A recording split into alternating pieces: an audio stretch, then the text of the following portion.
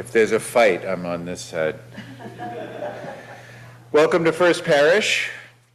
Prior to the mid-1700s, there was a Kmart located up here on our little hill. So if that's what you expected, you're about 275 years too late. Rather than selling t-shirts in aisle 3, it is our mission here now to be an intentionally welcoming community to people of all different races and creeds and sexual orientations and gender identities. We're intentionally committed to being environmentally active. We want to be a beacon to all people, but a magnet to those who know that their spiritual relationship with the planet and with one another needs to change.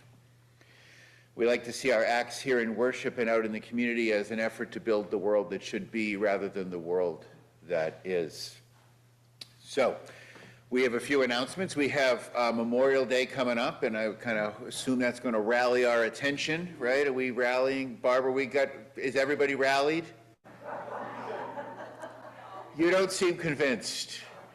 Our Memorial Day Monday is a big day for us. We have a lot of other things going on. Let's see. Cell phones should probably be turned off unless you want to, be that person. We have a board meeting. We have annual reports due for different committees. I'm working on the worship one and my own, so if you are on a committee and you need to write up something, it's probably a good time to do that. Let's see, what else we got going on? We are doing we're going to collect household goods, shower curtains, kitchenware, cutting boards, an old knife set, stuff that's in good shape but could be used by others. And this is a group called Fresh Start Furniture Bank. Was that right? Yep. Pete's involved with that. He steals things from there all the time. So be as generous as you can be. I put a couple boxes out there. We'll figure out how to collect stuff, but this is for people who are, in new apartments. That stuff's expensive. Sometimes we can be helpful to people who are newly settling in their homes. So, any other announcements I can repeat? Yes. Yep.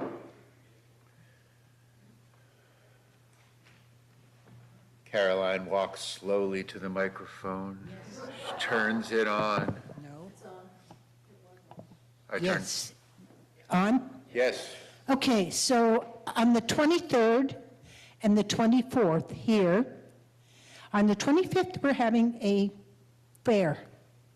I'm here to talk about the books and other items that you may want to be dropping off. We do not have a place to store them. So on the 23rd and the 24th, there will be times when the building is open, and you can take them and put them at the front of the stage, in front of the curtain, so that people who are old and don't bend very well do not have to get down like this and lift them up, because I'd be done after 3 boxes, maybe 2. So anyway, on the 23rd, there's a wonderful concert here that night. I can't recommend it too much.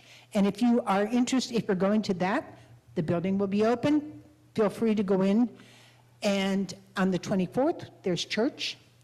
If you feel like you have a problem outside of those times, please call me. But hopefully, everybody will be able to conform to dropping them off at church on Sunday, drop them off before the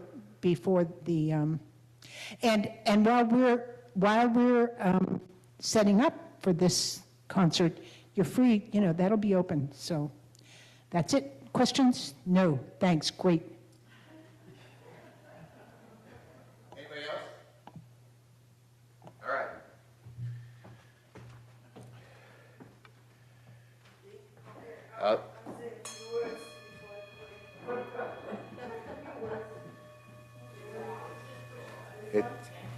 I will be playing for my mom today. Some of you know that she was a singer, opera singer with big voice. It was such a joy for her to come here and sing for you guys. A few people heard her sing. I will play all 3 pieces today, the ones from her repertoire. I found piano arrangements of those songs that she sang here. Thank you, Olga.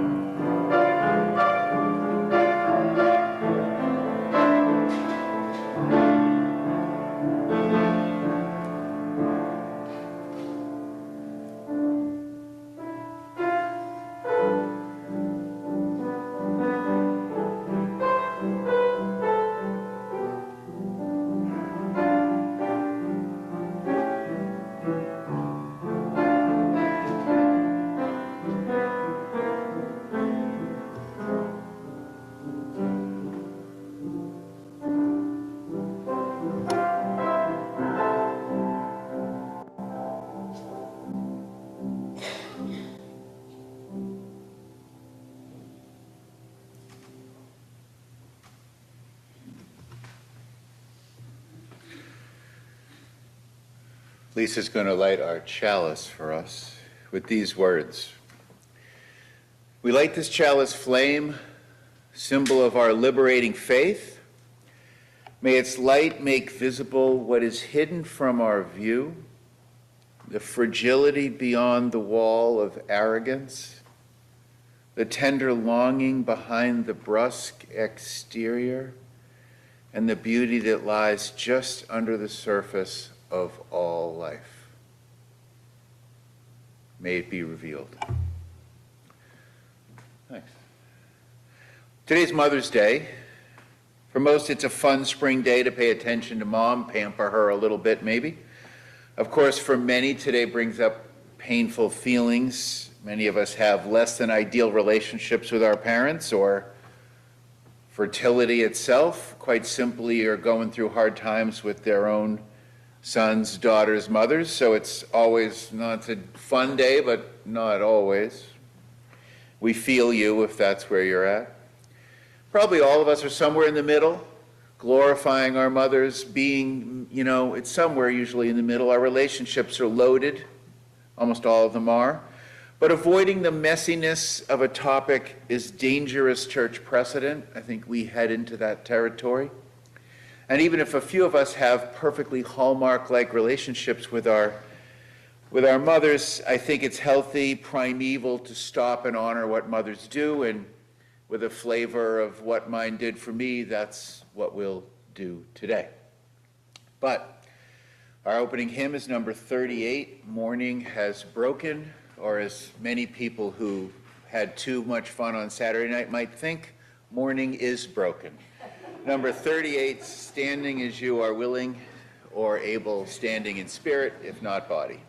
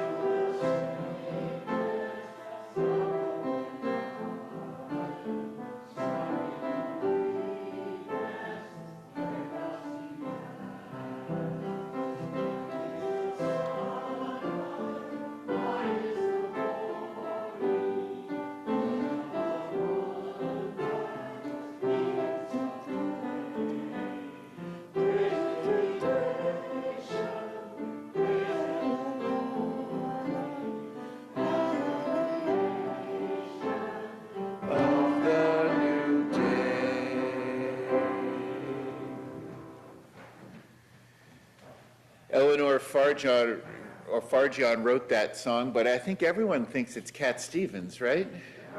I think it's Cat Stevens. Anyway, Lisa and I are going to read, we're going to steal the responsive reading and just do it ourselves. Sorry. But you can listen, find a nice still spot, take some deep breaths, enjoy the moment. Blessed is the person who feeds and warms, washes and comforts a child, and soothes them in illness. For they shall be called caregiver. Blessed is the person who gives shelter and food, clothing, toys, books, and tools. For they shall be called provider. Blessed is the person who opens doors in the child's experience, who explains the puzzling and wonders at the mysterious. For they shall be called teacher. Blessed is the person who shields a child from that which will wither or warp, who protects a child from abuse and exploitation, who guards against bullying and scorn. For they shall be called defenders. Blessed is the person who takes the time to listen, who is there for a child in the darkness, who is aware of the fears, who speaks the words of encouragement in the moments of despair. For they shall be called sustainers. Blessed is the person who guides a child in the search for beauty, who encourages them in what is daunting, who steadies them as they explore new experiences, who fires their aspirations and their dreams. For they shall be called inspirer. Blessed are all these people who help bring the young along the many paths to maturity. For they shall be called mother, and in them is the future of humanity. Let's pause and just give you a moment to think about your mothers, maybe being a mother, all those thoughts in this still sacred place of ours.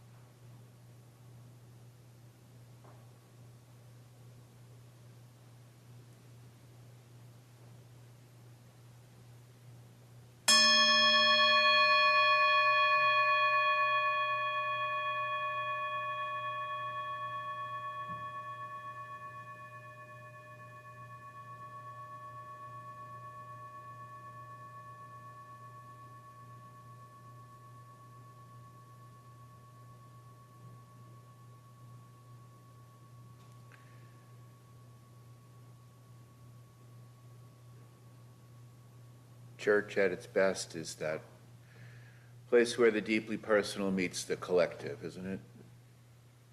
It's good to be here today. Amen. It's our tradition to invite folks to come forward and share. You don't know the words.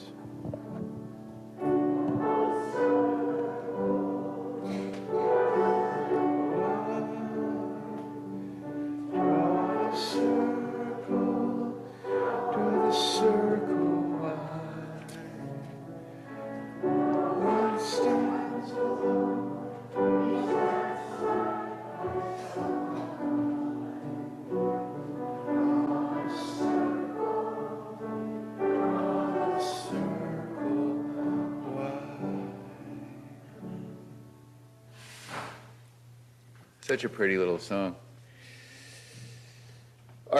We pass the plate where now's the offertory, and we do that for Veterans Inc., group that supports veterans in many ways locally here. But I'd like to start with an untrue story, which I often do. Last month, I was having a drink at a fancy bar a couple towns over when this gorgeous woman sat down next to me a few seats away, very attractive. After a few minutes, she noticed I was looking at her occasionally, and she came over and sat down at the bar stool next to me. Before I had time to apologize, she looked deep into my eyes, and with this sultry voice, she said, "I'd do anything you like for a couple $100. To which I think you would be very proud of me, because I leaned over gently towards her and I said, "Come over on the next few Fridays and help us power wash the outside walls of our 275-year-old church." Give generously for the life and work of our community. You like that one, Olga, huh?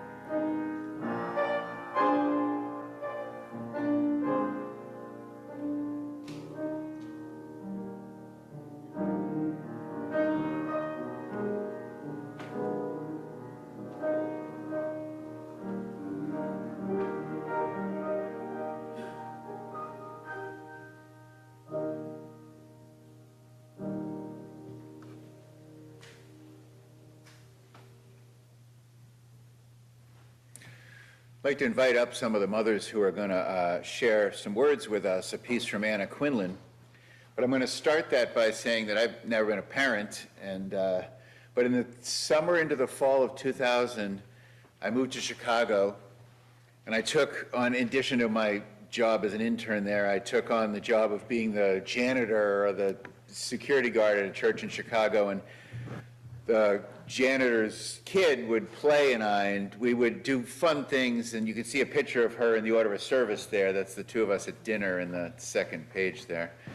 And we would play throughout the church. She'd ride on my shoulders. We'd turn a plastic bag into a ball. We had a ton of fun. She came over for dinner that night with her mother, and then just 2 years later, I went and saw them in Seattle where they had moved, and she didn't even remember me. And that spirit of how fast kids grow up changes over time is the heart of this reading. So I invite our leaders here to take it away there. Rita. If not for the photographs, I might have a hard time believing they ever existed. But all my babies are gone now. Like the trick soap I bought for the bathroom with a rubber ducky at the center, the baby is buried deep within each, barely discernible, except through the unreliable haze of the past. I say this not in sorrow, but in disbelief. I take great satisfaction in what I have today. 3 almost adults, 2 taller than I am, and 1 closing in fast. 3 people who read near the same books as I do and have learned not to be afraid of disagreeing with me in their opinion of them. Who sometimes tell vulgar jokes that make me laugh until I choke and cry, who need razor blades and shower gel and privacy, individuals who want to keep their doors closed more than I like. Everything in all the books I once pored over is finished for me now. Penelope Leach, T. Barry Brazelton, a Unitarian, by the way, Dr. Spock. The ones on sibling rivalry and sleeping through the night and early childhood education all have become obsolete. Along with Goodnight Moon and Where the Wild Things Are, they are battered, spotted, well used, but I suspect that if you flipped the pages, dust would rise like memories. What those books taught me, finally, and what the women on the playground taught me, and the well-meaning relations, what they taught me, was that they couldn't really teach me very much at all. Raising children is presented at first as a true-false test, then becomes multiple choice, until finally, far along, you realize that it is an endless essay. No one knows anything. One child responds well to positive reinforcement. Another can be managed only with a stern voice. One child is toilet trained at 3, his sibling at 2. When my first child was born, babies were put down on their backs because of research on sudden infant death. No. Okay. The first kid. Parents were told to put baby to bed on his belly so that they would not choke on his own spit up. But by the time my last child arrived, babies were put down on their backs because of research on sudden infant death syndrome. To a new parent, this ever-shifting certainty is terrifying and then soothing. Eventually, you must learn to trust yourself. Even today, I am not sure what worked and what didn't, what was me and what was simply life. When they were very small, I suppose I thought someday they would become who they were because of what I'd done. Now, I suspect they simply grew into their true selves because they demanded in 1,000 ways that I back off and let them be. The book said to be relaxed, and I was often tense, matter of fact, and I was sometimes over the top. And look how it all turned out. I wound up with the 3 people I like best in the world who have done more than anyone to excavate my essential humanity. That's what the books never told me. I was bound and determined to learn from the experts. It just took me a while to figure out who the experts were.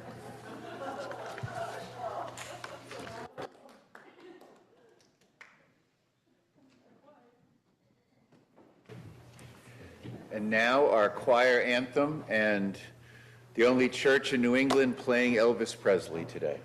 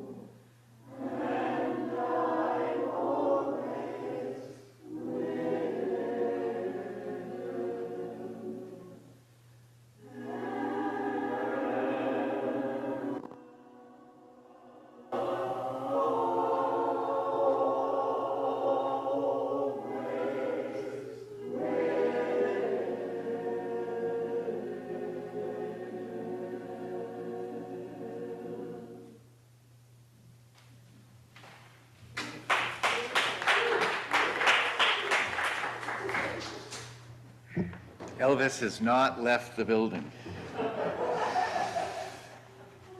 Gene, this is for you. No, you don't, you said.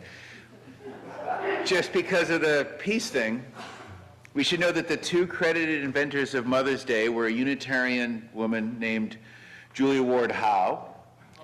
It really has two inventors. It has two mothers, more or less. She was a Unitarian. She was married to the director of the Perkins School for the Blind in Watertown. She was originally from New York. And she wrote the words to the Battle Hymn of the Republic as well, that famous song that says, "Glory, glory, hallelujah." So she helped invent Mother's Day. In 1870, she was a nurse in the Civil War, and she used her status as a nurse and sort of a person of privilege to call for an international Mother's Day for peace, which was its original intent. It was designed to be a movement of women around the world, as she conceived it, who resisted the violence of war. There was another woman named Anna Jarvis, and she conceived of Mother's Day. I guess they weren't connected. I don't exactly know if they knew of one another or not, to bring mothers of both the Union and Confederate soldiers together, not only in her hometown of West Virginia, but this was a tribute to her mother who did this and basically got them to bring back so the Union soldiers and the Confederate mothers would basically came over time to put flowers on the graves of their other enemies, because it was the Civil War. So Mother's Day was really, in both cases, born to be a peace protest. So there we are with that. I think I've adequately made my peace with the fact that Mother's Day is loaded. Some of us have messed up experiences with our mothers, hard to deal with experiences. Some have never had the chance to be a mother. Our relationship with mothers are like our fathers, are like our kids, like our spouses, like all of them.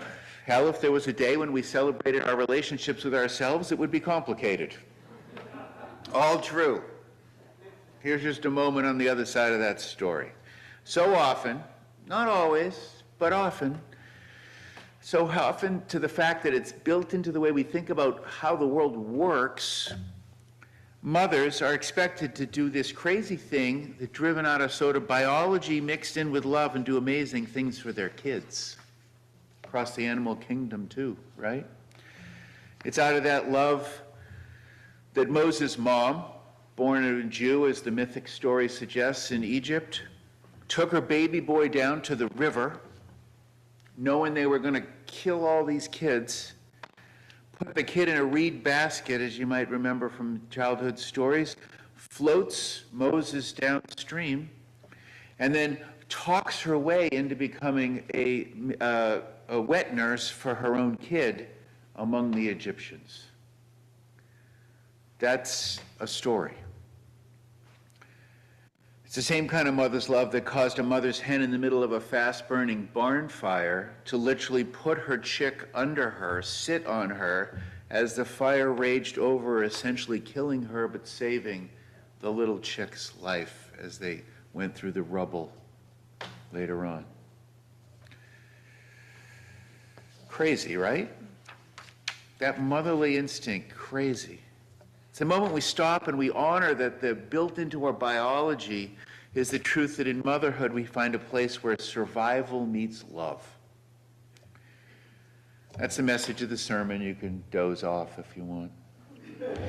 Let's take a moment with that. Place in your head, motherhood is the place where love is woven into our survival more than any other relationship. And that is just, right? You could probably meet a bear in the woods, as Lisa did as a child. And unless it's a grizzly or a polar bear, you're probably fine, unless there's not a cub around. You can say that kind of love is in God's hands. What God's love is like in the world, people will say that. Lots of pulpits will talk about that, and that's great. You might hear that in many other places. However, that you want to take it, there's at least a little bit of inexplicable magic in the way that mothering works. And it's for this reality that when it doesn't happen, when we don't get good versions of it, that it hurts so much. It stunts our growth. It is why mother's love is the first key in many ways to unlocking the potential for good in a person. Rabbi David Lipner in his sermon says there's lots of kinds of love, describes it this way. A mother's love is that unexpected, inexplicable love that floods our hearts when we hold a newborn baby, like Celia wants to do all the time. The near insane adoration that makes mothers bore everyone around them with cute anecdotes and pictures.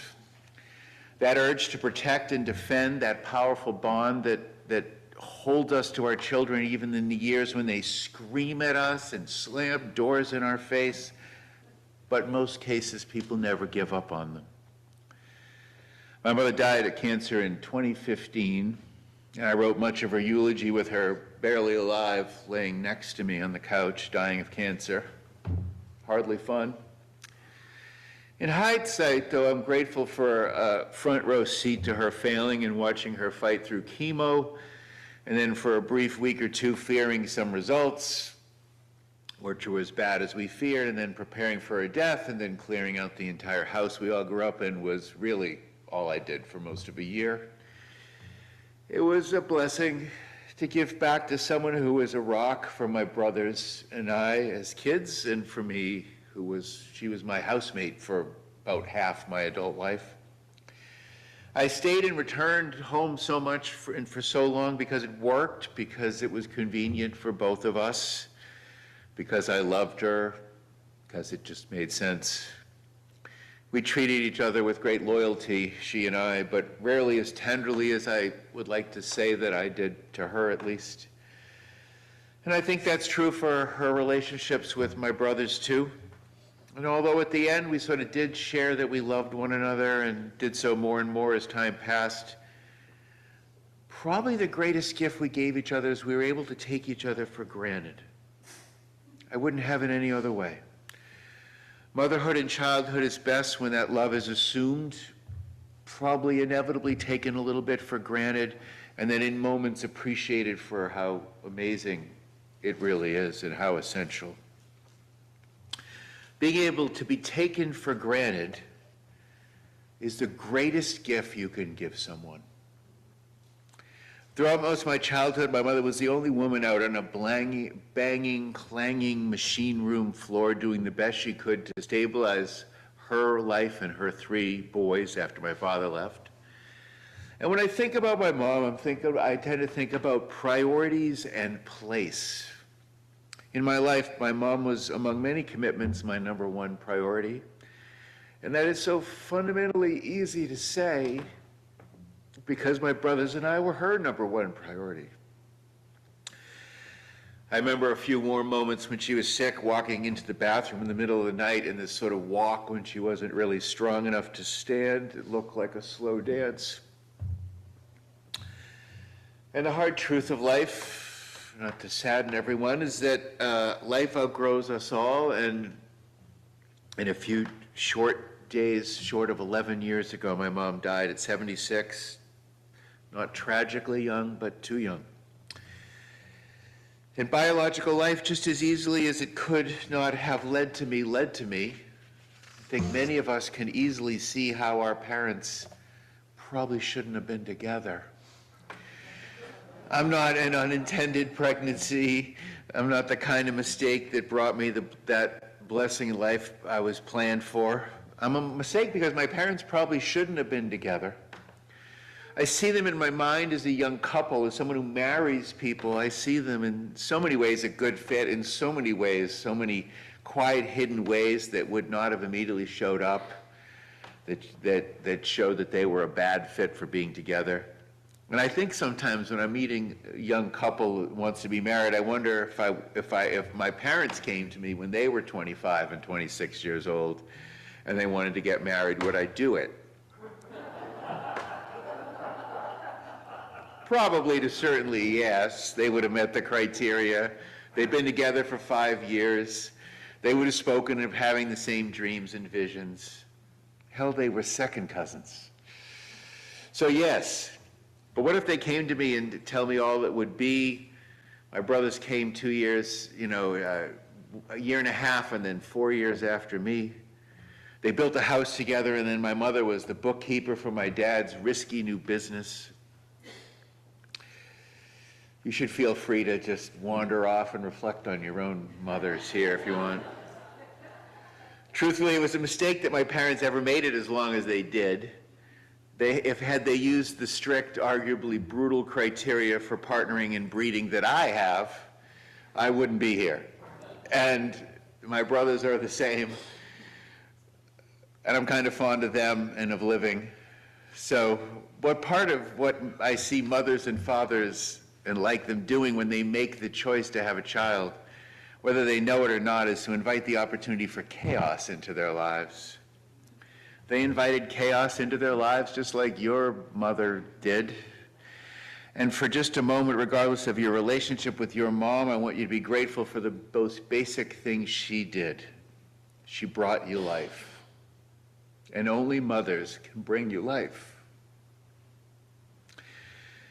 Well, whatever sane or insane, whatever well-planned or ill-conceived dreams brought you into this crazy, blessed world, or just even moments. Writer Sharon Olds, who goes back in fantasy like I do sometimes to a day before she was born. She says it more poetically than I did. She says, I see my father and mother standing at the gates of their college. I see my father strolling out under an arch. I see my mother with a few light books at her hip, standing at this wrought iron gate, still open behind her. They're about to graduate. They're about to get married. They are kids. They are dumb. They are as innocent. They wouldn't hurt anyone. And I want to go up to them, Sharon Olds says, and say, stop, don't do it. She's the wrong woman. He's the wrong guy for you. I want to go up to them there in that late May sunlight and say to her hungry, pretty blank face staring back at me, his arrogant, handsome face staring towards me, but I don't do it because without them I wouldn't be here and I want to live. I take them up like male and female paper dolls, she says, and I say, do what you're going to do and I will tell people about it. But if everyone is not and should not, and obviously for biological reasons cannot be a mother, we can still draw something out of this. Mothering is, whether you're literally one or not, at its best, mothering, the act of mothering, is the creation of an expansive circle of love that meets others where they are and then provides the space for them to grow into their fullness. Maybe here in this tolerant religious community that doesn't live by any particular tight creed, caught up in the time of flexible choices, we should remember that mothering is at its best, the creation of an expansive circle of love. I just want you to imagine what it is. It's a space, and then provides that space for others to grow into their fullness. In the end, as the beginning, isn't love what it's all about? That's what we celebrate on Mother's Day, just one particular unique form of love, probably the most important form of love we have. And whatever measure of love we receive that enables us to love in return, or whatever lack of love that we experience that calls us to prioritize creating space for connections for others to grow in, we celebrate that day. Mothering is the place where love meets survival and creates in us the desire to give back something of life itself. And that is what we lift up on Mother's Day. Amen. Blessed be. Please join me in our closing hymn. I got peace like a river, which no mother of a teenager ever said. 100 in our gray hymnals. Peace like a river.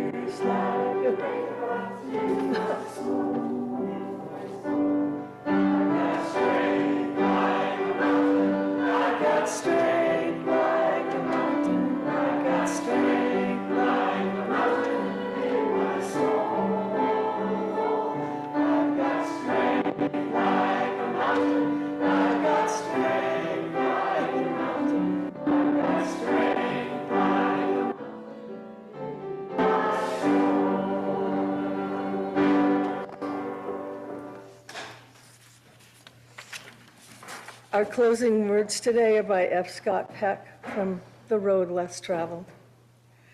Dr. Peck says what we already know, that the path of spiritual growth is a path of lifelong learning.